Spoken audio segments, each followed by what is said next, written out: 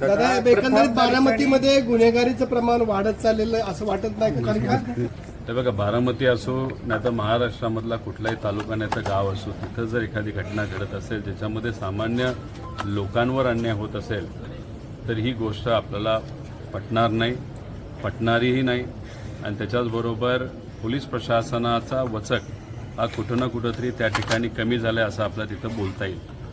पण हा जो इन्सिडेंट झालेला आहे, ही जी घटना घडलेली आहे, याच्यात खरं काय घडलंय हे आता आपल्याला सांगता येणार नाही. त्यामुळे या घटनेसाठी पोलीस प्रशासन जबाबदार आहे का हे आता तरी आपल्याला सांगता येणार नाही. पण इतर ज्या घटना ज्या घडत आहेत म्हणजे बारामतीमध्ये सुद्धा आणि इतर परिसरामध्ये कुठं ना कुठंतरी होम डिपार्टमेंट या बाबतीत कमी पडतंय हे मात्र नक्की आहे. त्याच्याचबरोबर काही दिवसांपूर्वी तुम्हाला माहीत असेल बारामतीमध्ये नवजात एक लहान मुलगी ही रस्त्यावर तिथं सापडली.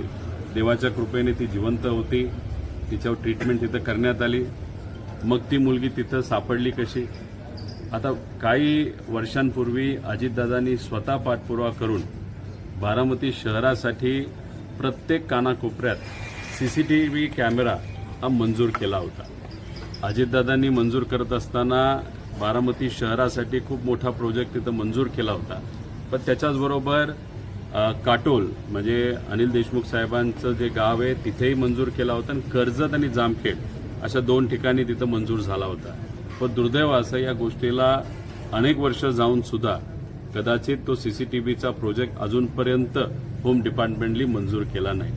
तर बारामतीचं नाव होतं म्हणून मंजूर नाही झालं तर वेगळं काय कारण आहे हे सांगता येणार नाही.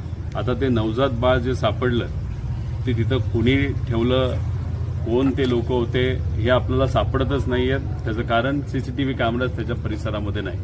ही सुद्धा घटना जिथं घडली एका बिल्डिंगला सीसीटीव्ही आहे, दुसऱ्या बिल्डिंगला नाही आहेत. पण आसपासच्या परिसरामध्ये सीसीटीव्हीचा अभाव असल्यामुळे या इन्व्हेस्टिगेशनला थोडा वेळ लागू शकतो. त्यामुळे कुठं ना कुठंतरी सीसीटीव्ही कॅमेरा प्रत्येक मोठ्या शहरामध्ये असणं महत्त्वाचं आहे, जेणेकरून अशा जेव्हा घटना घडतात तेव्हा तपासामध्ये आपल्याला त्याचा फायदा होत असतो.